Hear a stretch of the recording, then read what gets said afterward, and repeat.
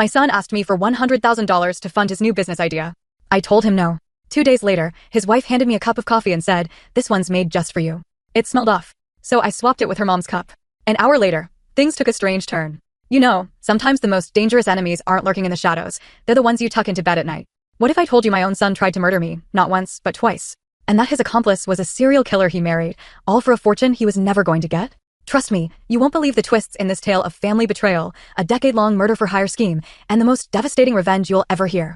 My name is Colleen Princewell, and at 68, I thought I understood the true price of wealth. When you inherit an oil fortune worth $80 million from your grandfather's empire, you quickly learn that money doesn't just talk.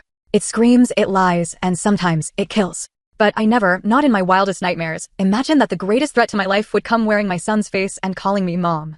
Our estate sprawled across 500 acres of prime Texas land, where oil derricks still pumped liquid gold from beneath the earth, land my grandfather had fought and bled to claim.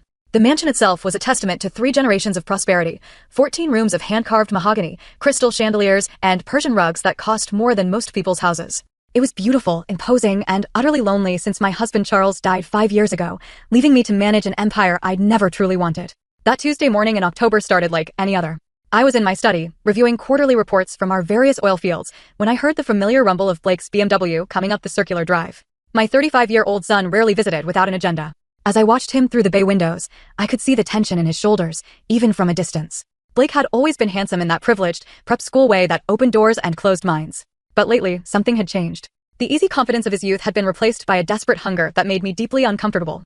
It was the look of a man who'd tasted failure and found it bitter. "Mom," he burst into my study without knocking, his expensive suit wrinkled, his usually perfect hair disheveled. "We need to talk." I sat down my reading glasses and studied his face. Dark circles shadowed his eyes, and there was a tremor in his hands he was trying to hide. "Of course, sweetheart. Sit down. You look terrible." "Thanks for the pep talk," Blake muttered, collapsing into the leather chair across from my mahogany desk. "Look, I'm going to cut straight to the chase. I need money. A lot of money." Here we go again, I thought. Blake's business ventures had a history of requiring my financial intervention. His last startup, some sort of app for rating restaurants, had cost me $300,000 before folding spectacularly. Before that, it was a clothing line that never made it past the design phase. Each failure was followed by elaborate explanations about market timing and investor politics, but the result was always the same. My bank account got lighter while Blake's promises got emptier. "How much?"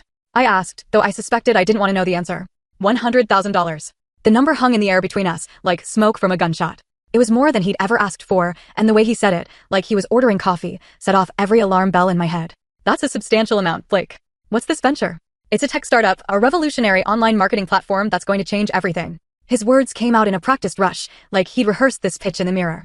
"My partner has connections with Fortune 500 companies, and we're projecting 7-figure profits in the first year alone." I'd heard variations of this song before, and it never ended well. "Who's your partner?" Blake's eyes flickered away from mine. "You don't know him. He's from California. Tech background, proven track record." "What's his name?" "Mom, why does it matter? The opportunity is what's important here." The evasion was telling. In 30 years of cross-examining witnesses as a prosecutor before I retired, I'd learned to recognize the sound of lies being born. Blake was hiding something, and whatever it was, it required $100,000 to fix. "Blake, we've had this conversation before, multiple times. I've supported your business dreams generously, and none of them have succeeded. Perhaps it's time you tried building something with your own resources." The transformation was immediate and frightening. Blake's face darkened, and his hands clenched into fists on his lap. For a moment, I saw something in his eyes that reminded me of his father, my ex-husband, who'd tried to manipulate me out of my inheritance before I divorced him 15 years ago. "My own resources?" Blake's voice rose to a near shout. "What resources, Mom? I'm drowning here. Do you have any idea what it's like to live in the shadow of all this?" He gestured wildly at the opulent study around us. "Everyone expects me to be successful because I'm a Princewell. But how can I compete when you control everything? I've given you every advantage." "Advantages?" Blake laughed bitterly. "You've given me just enough to fail spectacularly. Just enough to make me look like a spoiled rich kid who can't make it on his own, but never enough to actually succeed." The accusation stung because it held a grain of truth. I had been careful about how much money I gave Blake, perhaps too careful, but I'd seen too many wealthy families destroyed by children who never learned the value of work. "Blake, let's discuss this rationally." "There's nothing to discuss. I need that money, and I need it now." "This isn't a request, Mom. It's a necessity. Give me the money, Mom. You'll soon die anyway." I felt my blood chill. My son wanted me dead. Something in his tone made my blood run cold. This wasn't the petulant demand of a spoiled child. This was something else entirely, something that felt dangerously close to a threat. "The answer is no, Blake. I won't be investing in another one of your ventures." He stood up so abruptly that his chair rocked backward. "Then don't come crying to me when you're older and alone because you chose money over family." The words hit like a slap, but it was the cold calculation in his eyes that really terrified me. This wasn't anger anymore. This was something much worse. "Blake, is there something you're not telling me?" Are you in some kind of trouble? For just a moment, his mask slipped completely. I saw fear there and desperation and something that looked like genuine panic. But then the cold expression returned and he headed for the door. Forget I asked, he said without turning around. I'll figure it out myself. As Blake's BMW roared down the driveway, kicking up gravel and dust, I sat alone in my study, feeling like I'd just dodged a bullet I didn't understand. Something was very wrong with my son, and whatever it was, it required $100,000 to solve. I picked up the phone to call my private investigator, then set it down again. Blake was my son, my flesh and blood. Whatever trouble he was in, we could work through it together. That decision would nearly cost me my life. 2 days later, Blake returned with his wife, Skylar, and immediately I knew this wasn't a social visit. Where Blake's previous approach had been desperate and direct, this felt calculated and strategic. They arrived at exactly 10 a.m., not early enough to seem overeager, not late enough to appear disrespectful. The timing felt deliberate. I watched from my kitchen window as they got out of Blake's car. Even from a distance, Skylar commanded attention. She was beautiful in that sharp, expensive way that required considerable maintenance, platinum blonde hair that moved like silk, designer clothes that fit her model-thin frame perfectly, and an aura of confidence that came from knowing she was the most attractive person in any room. Blake and Skylar had been married for 3 years, but I never felt truly comfortable around my daughter-in-law. There was something theatrical about her interactions with me, like she was playing a role rather than being herself. She always said exactly what people wanted to hear, but her eyes remained calculating and cold. Colleen, I hope you don't mind us dropping by, Skylar said as she glided into my kitchen, carrying 2 steaming cups of coffee in delicate china mugs. She moved with a kind of practiced grace that made every gesture look like a performance. I brought you something special. She was wearing a cream-colored dress that probably cost more than most people earned in a month, and her makeup was flawless despite the early hour. Everything about her appearance suggested someone who'd spent considerable time preparing for this visit. I made this just for you, Skylar continued, extending one of the cups toward me with a smile that was all teeth and no warmth. It's a special blend I picked up from that boutique coffee shop downtown. Ethiopian beans with Madagascar vanilla. I thought you might enjoy trying something new. The coffee smelled wrong. Not just off, but sharp and bitter, with an underlying chemical odor that reminded me of almonds mixed with something medicinal.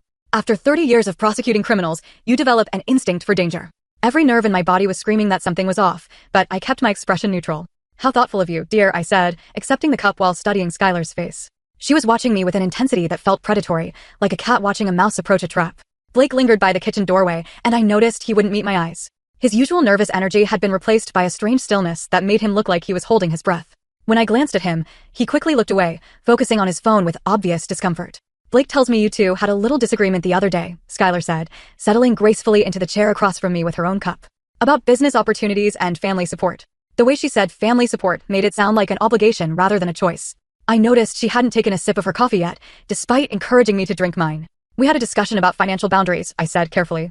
Blake has some wonderful entrepreneurial energy, but I think it's important for him to develop his own resources. Of course, Skylar agreed, her smile never wavering. Independence is so important, though it can be challenging when family members have such different perspectives on success. When Skylar turned slightly to glance at Blake, I made a split-second decision that would save my life. Using the moment when her attention was diverted, I quickly switched our cups. They were identical white china mugs, and the exchange took less than 2 seconds. Blake's told me so much about his latest venture, I said, testing to see how much Skylar knew about her husband's mysterious business partner. It sounds very promising. Something flickered in Skylar's eyes. Surprise, maybe. Or annoyance. Yes, he's very excited about the potential. And his partner? Blake mentioned someone from California with tech experience. Skylar hummed noncommittally, raising her cup, which was now my original one, to her lips. Innovation is so important in today's market. We chatted about meaningless things while I pretended to sip my coffee and watch Skylar take her first real drink. Her face twisted slightly, like she tasted something unpleasant, and I saw her eyes widen with what looked like confusion. But she said nothing about the flavor, which was interesting. This is delicious, I lied, setting my cup down after another fake sip. You'll have to tell me where you found this blend. The shop on Elm Street, Skylar said absently. I could see her mind working, trying to process something that didn't make sense to her. Blake was checking his watch with increasing frequency, and there was a tension in the room that felt like a storm building on the horizon. Whatever they'd come here to accomplish wasn't going according to plan. 20 minutes later, Skylar started coughing. It began as a small, polite clearing of her throat, but quickly escalated into deep, violent spasms that shook her entire body. Her face flushed red, then began taking on a grayish pallor that made her look genuinely ill. Something's wrong, she gasped, gripping the edge of the table as the coughing grew worse. Her voice was becoming hoarse and strained. I can't breathe properly. Blake rushed over from his position by the door, his concern appearing genuine, or at least well-acted. Skylar, what's happening? Are you having an allergic reaction? Hospital, she wheezed, her breathing becoming increasingly labored.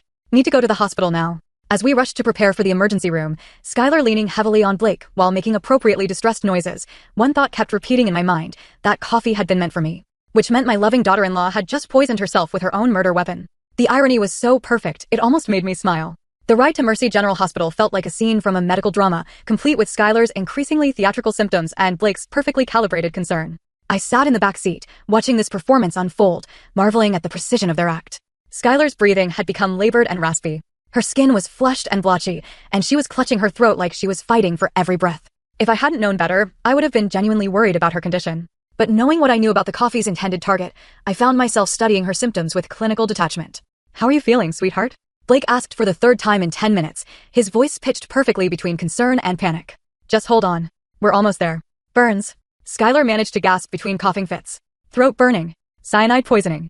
I realized. The almond smell. The respiratory distress. The burning sensation. Someone had done their homework. Cyanide was fast-acting, difficult to detect without specific tests, and would cause exactly the symptoms Skylar was experiencing. If she'd given me the full dose intended for my body weight, I would likely be dead by now. The emergency room at Mercy General was controlled chaos, with the usual mix of genuine emergencies and hypochondriacs that made triage such an art form. But Skylar's condition was dramatic enough to get immediate attention. "We need help," Blake called out as we entered, supporting his wife, who was now making choking sounds that would have been alarming if they weren't so perfectly timed. "My wife can't breathe." The medical team responded with impressive efficiency. Within minutes, Skylar was on a gurney, hooked up to monitors, and surrounded by nurses taking vitals and asking rapid-fire questions. "When did the symptoms start?" Dr. Amanda Rodriguez asked, clipboard in hand and stethoscope around her neck. "About 30 minutes ago," Blake answered, playing the role of concerned husband to perfection. "She was fine this morning, then suddenly started coughing and having trouble breathing. Any known allergies, medications, recent changes in diet or environment?" "Nothing," Blake said. "She's always been perfectly healthy." I watched this exchange with growing fascination. Blake was answering all the questions smoothly, never hesitating, never appearing uncertain. Either he was remarkably calm under pressure, or he'd prepared for exactly this scenario. "Mrs. Morrison," Dr. Rodriguez addressed Skylar directly. "Can you tell me what you were doing just before the symptoms started?" "Coffee," Skylar whispered, her voice barely audible. "Having coffee with her." Her eyes found mine across the small examination area. The way she said her carried an unmistakable note of accusation. Even in her supposedly weakened state, Skylar was already laying the groundwork for what was to come. Dr. Rodriguez followed Skylar's gaze to me. "Are you family?" "I'm her mother-in-law," I said. "We were having morning coffee when she became ill." "Did you both drink the same coffee?" "Similar," I said carefully. Skylar prepared it. 2 cups from the same pot. Dr. Rodriguez made notes on her clipboard, and I could see the wheels turning in her medical mind. Food poisoning was always a possibility when multiple people consumed the same substance. But only one person getting sick suggested either an allergic reaction or something more sinister. "We're going to run some blood tests," Dr. Rodriguez announced. "In the meantime, let's get you on oxygen and see if we can make you more comfortable." As the medical team worked on Skylar, Blake turned to me with an expression I couldn't quite read. "Mom, I'm going to run home and get some of her things. Pajamas, medications. You know how hospitals are." "Of course, sweetheart," I said, patting his arm. "Take your time." It was interesting how quickly Blake was leaving, especially when his wife was potentially fighting for her life. Either he was remarkably trusting of the medical staff, or he had somewhere else he needed to be urgently. I settled into the uncomfortable plastic chair in the waiting area, surrounded by the familiar sounds of medical emergencies and human suffering. The magazines were outdated, the coffee was terrible, and the fluorescent lighting made everyone look slightly dead. It was the perfect setting for contemplating attempted murder. 3 hours later, Blake returned with an overnight bag, looking appropriately exhausted and worried. His timing was impeccable. He walked through the door just as Dr. Rodriguez emerged from the treatment area with news. "We found traces of cyanide in her bloodstream," Dr. Rodriguez announced with clinical precision. "This appears to be deliberate poisoning. I'm required by law to contact the authorities." Cyanide. The word hung in the air like an accusation. Blake's face went pale, and he grabbed my arm as if seeking support. "Poisoning," he repeated, his voice cracking with what sounded like genuine shock. "But how? Who would do something like that?" Before Dr. Rodriguez could answer, Skylar's voice rang out from behind the curtain, weak but remarkably clear for someone who'd been at death's door. "She did it," Skylar said, her finger pointing directly at me when the curtain was pulled back. "Colleen poisoned my coffee. She tried to kill me." The accusation hit the room like a bomb. Dr. Rodriguez stared at me with a mixture of shock and suspicion, while Blake looked like he'd been slapped. "That's impossible," Blake said, but his voice lacked conviction. "Mom would never. She made the coffee herself." Skylar continued, her voice getting stronger with each word. "She handed it to me personally. She watched me drink it. Well, that was gratitude for you. Here, I'd inadvertently saved her life by switching cups, and she was repaying the favor by trying to frame me for attempted murder. The irony was delicious, even if the consequences were likely to be serious. Detective James Morrison arrived at the hospital within 30 minutes of Dr. Rodriguez's call, which suggested that attempted murder cases received priority attention in our quiet Texas town. He was younger than I'd expected, maybe early 40s, with a kind of sharp eyes that missed nothing and the patient demeanor of someone who'd heard every lie in the book. "Mrs. Princewell," Detective Morrison said, introducing himself with a firm handshake. "I understand there's been an incident involving poisoning." I'd like to speak with you privately if that's all right. We moved to a small consultation room down the hall from where Skylar was still receiving treatment. The room was sterile and windowless, designed for delivering bad news and uncomfortable conversations. I want to be clear from the start, Detective Morrison began, opening his notebook. You're not under arrest, and you're free to leave at any time, but I need to understand what happened here today. I told him exactly what had occurred, the strange smell in the coffee, my instinct to switch the cups, Skylar drinking what was originally meant for me. I kept my explanation factual and straightforward, the way I taught witnesses to testify during my years as a prosecutor. Mrs. Princewell, Detective Morrison said when I finished. If you suspected the coffee was dangerous, why didn't you simply refuse to drink it or warn Mrs. Morrison? It was the logical question, and one I'd been preparing to answer since the moment Skylar started coughing. I wasn't completely certain something was wrong, I said. It was more of an instinct than a concrete suspicion. I thought switching the cups would be a way to test my concerns without creating unnecessary drama if I was wrong. And when Mrs. Morrison became ill, I realized my instinct had been correct. Someone had tried to poison me, and Skylar had accidentally become the victim instead. Detective Morrison made careful notes, his expression revealing nothing about whether he believed my story. Who else knew you were having coffee this morning? Only Blake and Skylar. It was a spur-of-the-moment visit. Had you been experiencing any threats lately? Anyone who might want to harm you? I thought about Blake's desperate request for money and his angry departure 2 days earlier, but something held me back from mentioning it. Whatever my son was involved in, I wanted to understand it fully before involving the police. Nothing specific, I said. When you have significant wealth, you're always aware that some people might see you as a target. When Detective Morrison interviewed Blake, I could hear the conversation through the thin walls of the consultation room. My son's responses sent chills down my spine. My mother's been acting strange lately, Blake said, his voice carrying clearly through the wall. I mean, I don't think she'd actually hurt anyone, but she's been more paranoid than usual. Suspicious of everyone. In what way? Just little things. Asking a lot of questions about Skylar's background. Making comments about gold diggers and people who marry for money. The doubt in Blake's voice was unmistakable. I thought it was just normal mother-in-law stuff, but now. My own son was throwing me under the bus, creating reasonable doubt about my mental state and suggesting I might be capable of poisoning his wife. Has she ever expressed any direct animosity toward your wife? She's never said anything outright hostile, but there's been tension. Mom can be very controlling when it comes to family money. She doesn't like anyone she thinks might be after her fortune. Each word was a carefully placed knife in my back. Blake was painting a picture of a paranoid, controlling old woman who might poison her daughter-in-law out of jealousy and suspicion. It was brilliant character assassination, and it was coming from my own child. When Detective Morrison returned to question me further, his entire demeanor had changed. The polite, professional courtesy had been replaced by a barely concealed suspicion. Mrs. Princewell, I need to ask you some direct questions. Have you been concerned about your daughter-in-law's intentions regarding your family's wealth? The question was clearly based on what Blake had told him.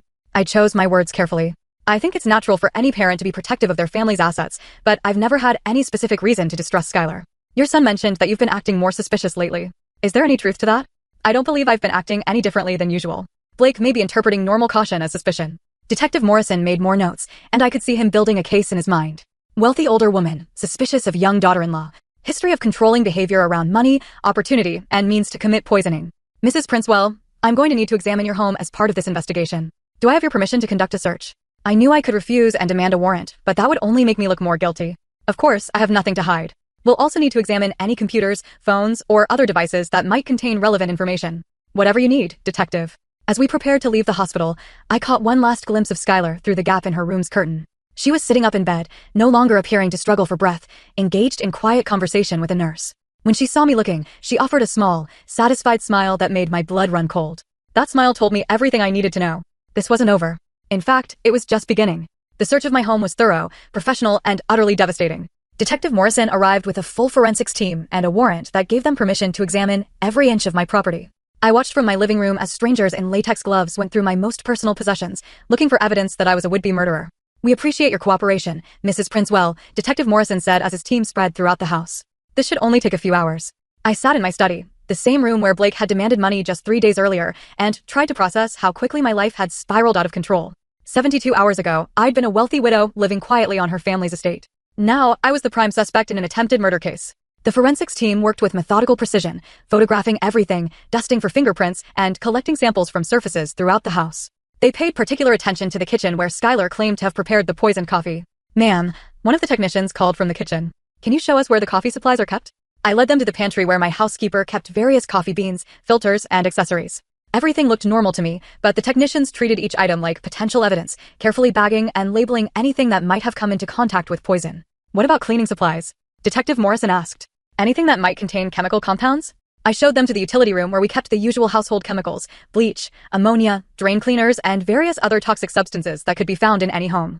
Again, they photographed and sampled everything. 2 hours into the search, I heard one of the technicians call out from the guest bathroom upstairs. "Detective Morrison, you need to see this." The excitement in his voice made my stomach clench. I followed Detective Morrison upstairs, dreading what they might have found.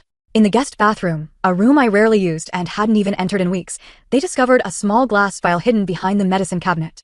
The vial contained traces of a clear liquid, and beside it was a handwritten list that included Skylar's name along with what appeared to be dosage calculations.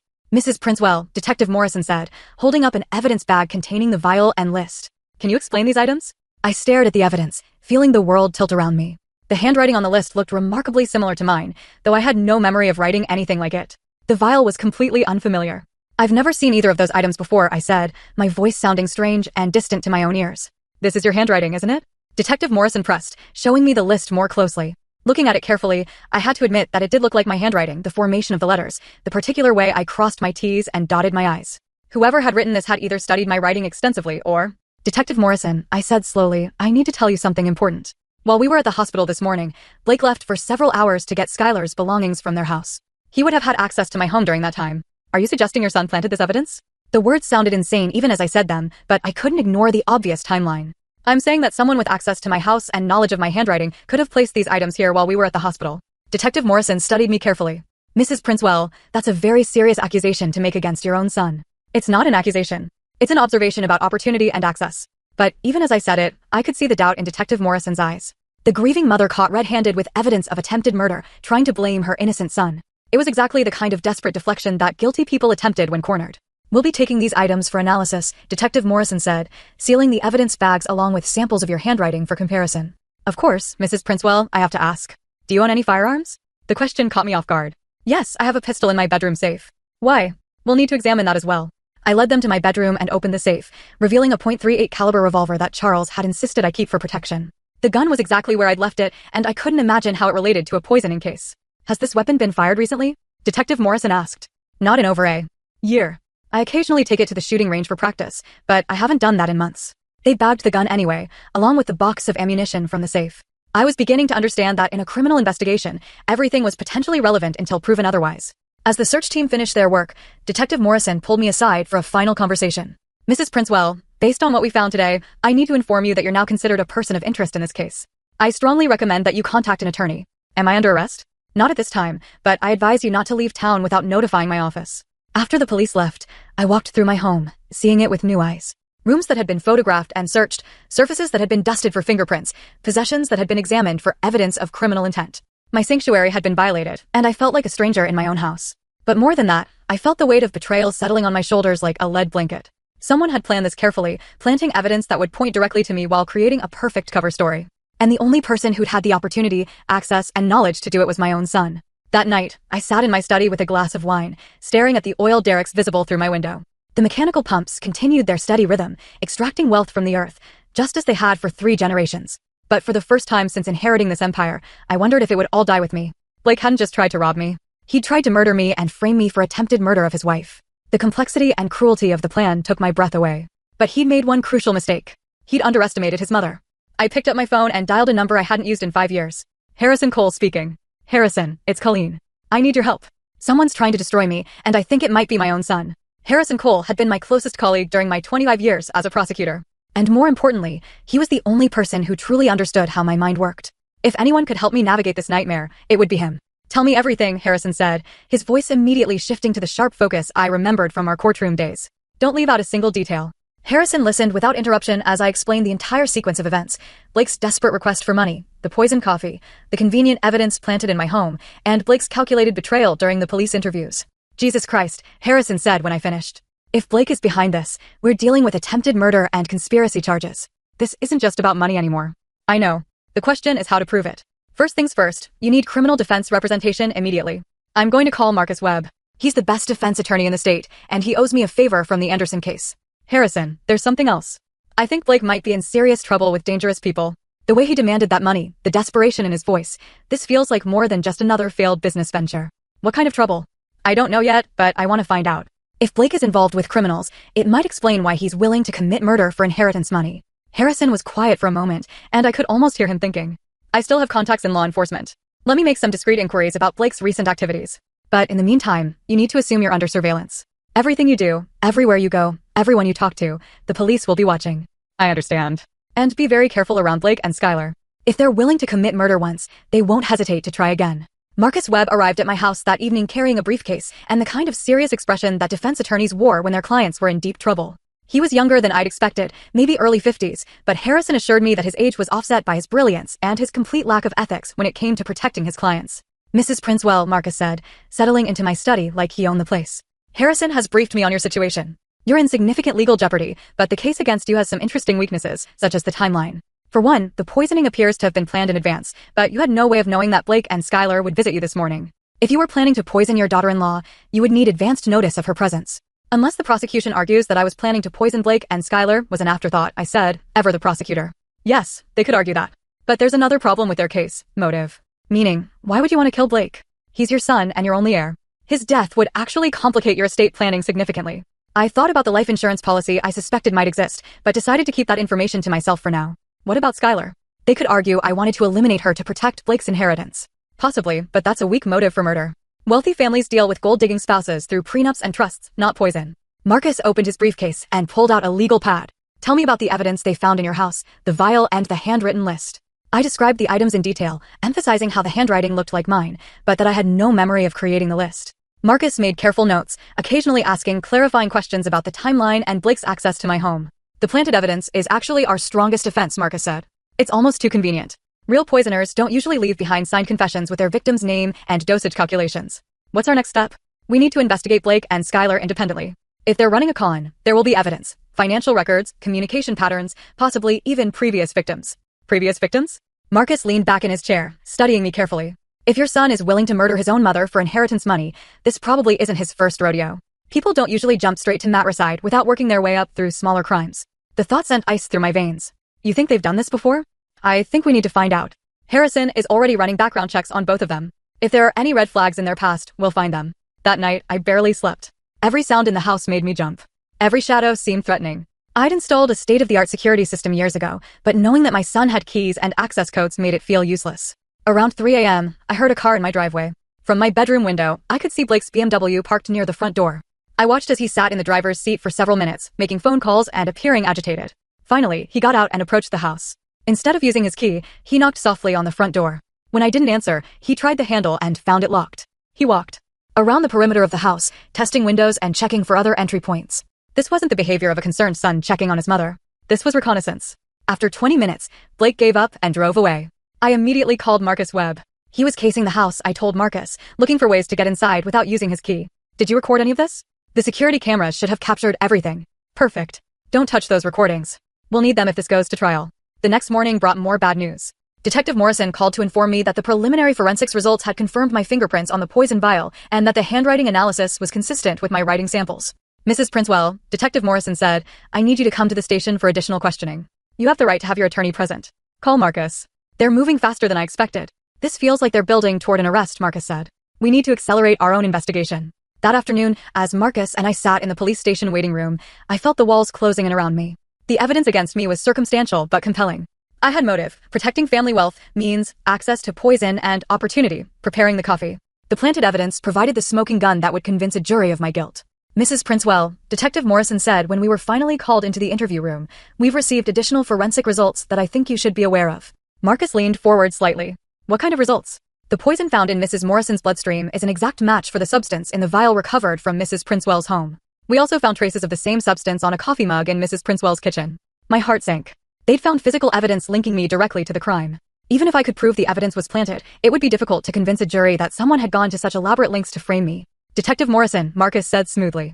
My client maintains her innocence. This evidence is clearly the result of contamination or tampering. By whom? By the real perpetrator who had access to Mrs. Princewell's home while she was at the hospital. Detective Morrison looked skeptical. You're suggesting that someone else poisoned Mrs. Morrison, then broke into Mrs. Princewell's house to plant evidence? I'm suggesting that the timeline and circumstances don't support the conclusion that my client is guilty of this crime. But I could see in Detective Morrison's eyes that he'd already made up his mind. To him, I was a wealthy old woman who tried to murder her daughter-in-law and was now desperately trying to blame her innocent son. Mrs. Princewell, Detective Morrison said, based on the evidence we've gathered, I'm placing you under arrest for attempted murder. As the handcuffs clicked around my wrists, I looked at Marcus and saw my own fears reflected in his eyes. Blake and Skylar had played this perfectly, and I was about to pay the price for underestimating my own family. But as they led me toward the patrol car, one thought kept me from despair. They'd made one crucial mistake. They'd left me alive. And as long as I was breathing, I wasn't finished fighting. The county jail was everything I'd expected and worse. Gray concrete walls, fluorescent lighting that made everyone look dead, and the constant sound of metal doors slamming shut. I'd sent enough criminals to places like this during my career, but experiencing it firsthand was profoundly different. My cellmate was a woman named Maria Santos, arrested for check fraud, and surprisingly philosophical about the experience. First time, she asked as I tried to make myself comfortable on the narrow bunk. Unfortunately, yes. What did you do? They think I tried to poison my daughter-in-law. Maria whistled low. Family drama. That's always the messiest kind of crime. I didn't do it. Honey, everybody in here didn't do it. But the real question is, can you prove you didn't do it? That was exactly the question keeping me awake at night. Marcus had warned me that proving innocence was much harder than establishing reasonable doubt, especially when the evidence was as seemingly solid as what they'd assembled against me. The bail hearing was set for Monday morning, 3 days away. Marcus was confident he could get me released, but the prosecution was arguing that I was a flight risk due to my substantial wealth and that I posed a danger to potential witnesses. The district attorney is treating this like a high-profile case, Marcus explained during one of his visits. They think convicting a wealthy oil heiress will be good publicity. What about our investigation into Blake and Skylar? Harrison is making progress, but it's slow going. We've confirmed that Blake has significant gambling debts, over $300,000 to some very unsavory people. That gives him clear motive for needing money quickly. $300,000? The number staggered me. How did he accumulate that kind of debt? High-stakes poker games, sports betting, some kind of cryptocurrency speculation that went wrong. The point is, he was desperate enough to do something drastic. What about Skylar? Marcus's expression darkened. That's where it gets interesting. Skylar Morrison doesn't exist. I felt my pulse quicken. Huh? What do you mean? The identity is fake. Created about 4 years ago with forged documents and a fabricated background. Harrison traced her real identity to a woman named Victoria Sterling, who has a criminal record in 3 states. What kind of record? Identity theft, fraud, and get this, suspected involvement in a suspicious death of an elderly man in Arizona. The case was never prosecuted due to lack of evidence, but the pattern is clear. Suddenly, everything made sense. Blake hadn't just married a beautiful woman. He'd married a professional criminal who specialized in exactly the kind of scheme they tried to pull on me. So, this was planned from the beginning. It looks that way. Victoria probably targeted Blake because of his family wealth, then manipulated him into helping her gain access to you. But why try to kill me? Why not just wait for me to die naturally and inherit everything? Marcus pulled out a folder from his briefcase. Because Blake isn't your heir anymore. I stared at him in confusion. What are you talking about? Harrison did some digging into your estate planning. 3 months ago, you updated your will to establish a charitable foundation instead of leaving everything to Blake. If you died today, Blake would inherit nothing. The memory came flooding back.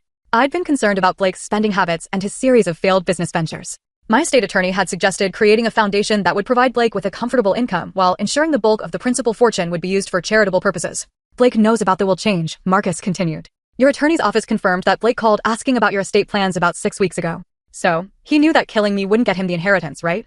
But if you were convicted of attempting to murder Skylar, the will could be challenged on grounds of mental incompetence or criminal behavior. Blake could argue that you weren't of sound mind when you changed the will. The complexity of their plan was staggering. They hadn't just tried to kill me. They'd tried to destroy my reputation and mental competency so that Blake could inherit my fortune even after I'd specifically disinherited him. There's more, Marcus said. We found evidence that Blake has been taking out loans against his expected inheritance. He owes money to several legitimate lenders and some very illegitimate ones. If he doesn't inherit your estate, he's not just broke, he's in physical danger from the people he owes money to. Exactly. These aren't the kind of creditors who accept payment plans. I spent that night staring at the ceiling of my cell, processing the full scope of Blake and Victoria's betrayal. My son wasn't just capable of anything, but knowledge was power, and now I had the ammunition I needed to fight back. Maria, I said to my cellmate around 2 a.m., what do you know about getting revenge on people who try to destroy your life? She rolled over and looked at me with new interest. Honey, that depends on how far you're willing to go and how much money you've got to spend. I have more money than I know what to do with, and after what they've put me through, I'm willing to go pretty far. Maria smiled, and it wasn't a pleasant expression. In that case, you and I need to have a very interesting conversation. The bail hearing was a media circus. News vans lined the street outside the courthouse, and reporters shouted questions as Marcus escorted me through the crowd.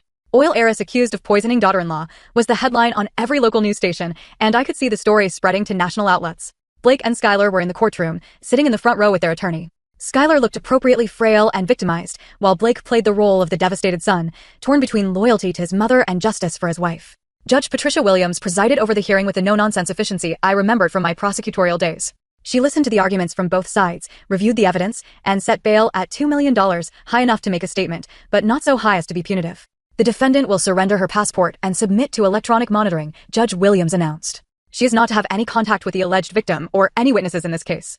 As I was processed for release, Marcus pulled me aside with urgent news. Harrison found something big, he said quietly. Victoria Sterling's real name is Rebecca Martinez, and she's wanted by the FBI for a string of similar crimes across multiple states. The FBI? She's been running the scam for over a decade.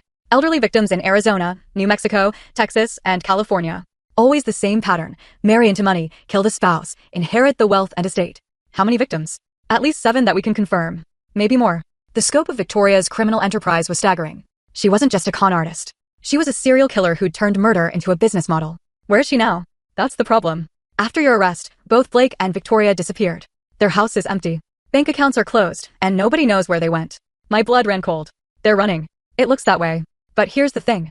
We've been in contact with the FBI, and they're very interested in finally catching Rebecca Martinez. They're willing to work with us. What does that mean for my case?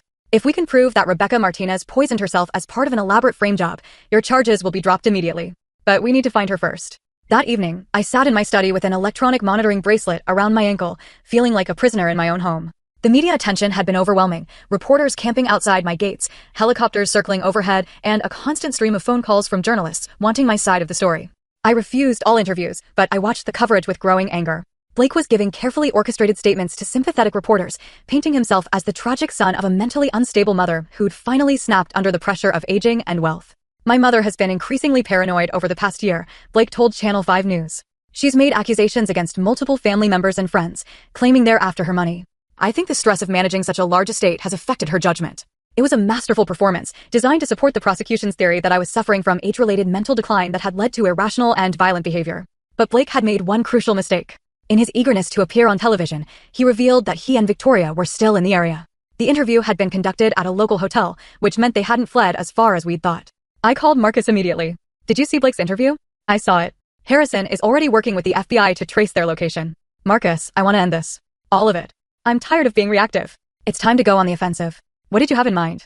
I've been thinking about this since my conversation with Maria in jail. I want to set a trap. Use myself as bait to draw them out into the open. Colleen, that's incredibly dangerous. If Rebecca Martinez is willing to commit murder, she won't hesitate to try again. That's exactly what I'm counting on. The plan I outlined to Marcus was elegant in its simplicity. We would leak information suggesting that I'd hidden evidence that could clear my name, documents or recordings that proved Blake and Victoria had framed me. The bait would be irresistible to them because as long as that evidence existed, they would never be safe. They'll have to come after me, I explained. Either to steal the evidence or to kill me before I can use it. And when they do, the FBI will be waiting. Marcus was quiet for a long moment. This is either brilliant or suicidal. I'm not sure which. After what they've put me through, I'm not sure I care. The leak was carefully orchestrated through Harrison's media contacts. By the next morning, rumors were circulating that Colleen Princewell had discovered evidence proving her innocence and was planning to present it to authorities within 48 hours. The story was vague enough to be believable, but specific enough to create urgency. If Blake and Victoria thought I had evidence that could expose them, they would have to act quickly. All I had to do was wait for them to come to me. The waiting was the hardest part. For 2 days, I went through the motions of normal life while wearing a wire and knowing that FBI agents were positioned around my property. Every phone call could be the setup for an ambush. Every visitor could be a potential assassin. Marcus had wanted to evacuate me to a safe house, but I'd insisted on staying at the estate. If Blake and Victoria were going to make a move, it would be on familiar ground where they felt confident, and I appeared vulnerable. On the 3rd night, they took the bait. I was in my study, pretending to review documents while actually reading a novel when the motion sensors detected movement near the back of the house. The FBI had installed additional security equipment that would alert them to any intrusion, but I was on my own until they could respond. Blake appeared first, slipping through the French doors that led from the garden to my living room. He moved with practiced stealth, clearly familiar with the house's layout and security blind spots. Victoria followed a moment later, carrying what looked like a small medical bag.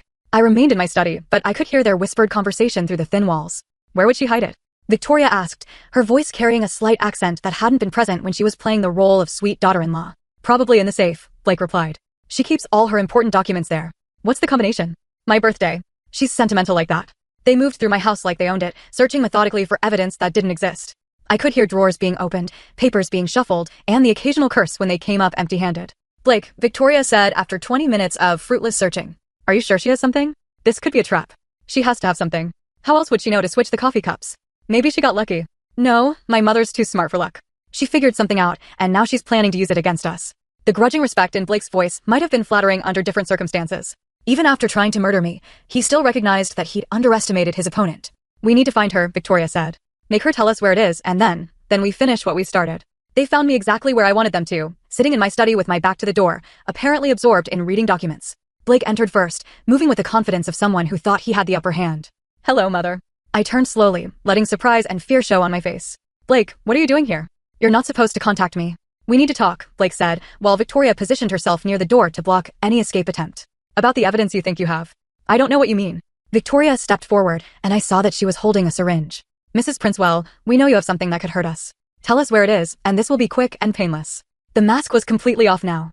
Victoria's sweet southern accent had been replaced by something harder and more dangerous. This was Rebecca Martinez, the professional killer, and she was done pretending to be anything else. There is no evidence, I said, allowing my voice to shake with what appeared to be terror. I made it up. I thought if people believed I had proof of my innocence, they might look more carefully at what really happened. Blake and Victoria exchanged glances. You're lying, Blake said. She's not, Victoria replied, studying my face with professional assessment.